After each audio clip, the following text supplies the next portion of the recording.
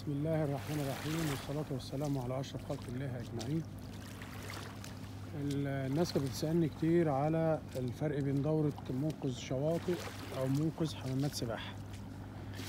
أولا منقذ الشواطئ حضراتكم عارفين إن هو المفترض يكون عنده مهارة الجري السريع، فبناء عليه بنعمل اختبار جري 200 متر ثم سباحة 200 متر ثم يفنش بجري 200 متر، وطبعا ده في زمن لا يزيد عن 8 دقايق.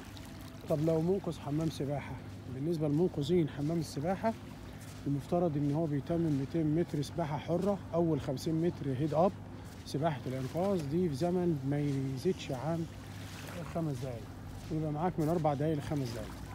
طبعا بالنسبة لدورة الانقاذ، دورة الانقاذ بتتراوح اسعارها من مدرب لمدرب، يعني ما هيش لها سعر محدد، كل واحد حسب تكلفته حسب عدد المرات اللي حضرتك بتتدرب فيها.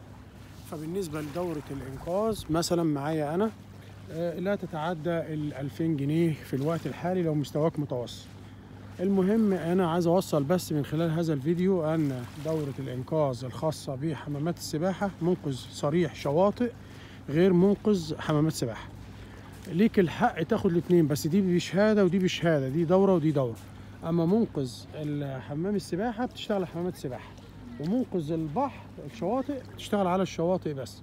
ده بالنسبة لدورة الإنقاذ المعتمدة من الاتحاد المصري والاتحاد الدولي للغوص والإنقاذ. معايا أنا أخوكم الدكتور رأفت حمزة، وتحت أمركم، وتليفوني موجود على الأكاونت، وده المحتوى العلمي بتاعي بحاول أنزله في التيك توك أو اليوتيوب.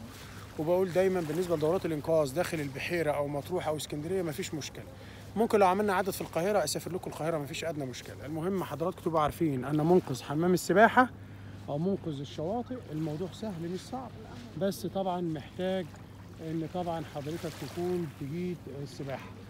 بالنسبة لاختبار ال 200 متر سباحة، ليك تبدأ أول ال 200 متر 50 متر هيد أب سباحة الإنقاذ، وليك تبدأ تنهي بال 50 هيد أب. المهم تبقى أنت عارف إن الاختبار 200 متر سباحة حرة، ممنوع تنام على ظهرك، ممنوع تقف على الأرض، كل دوران في حمام السباحة تحاول تلف وما تقفش. ممكن حضرتك لو في البحر برضو ما تحاولش تقف، وطبعا الستايل مطلوب لأنك المفترض إن أنت بتعومها عشان تقدر تجيب ضحية. يا رب تكونوا يعني وصلت لحضراتكم المعلومة الخاصة بمنقذ الشواطئ أو منقذ حمامات السباحة إن شاء الله. السلام عليكم، ونشوفكم على خير بإذن الله تعالى.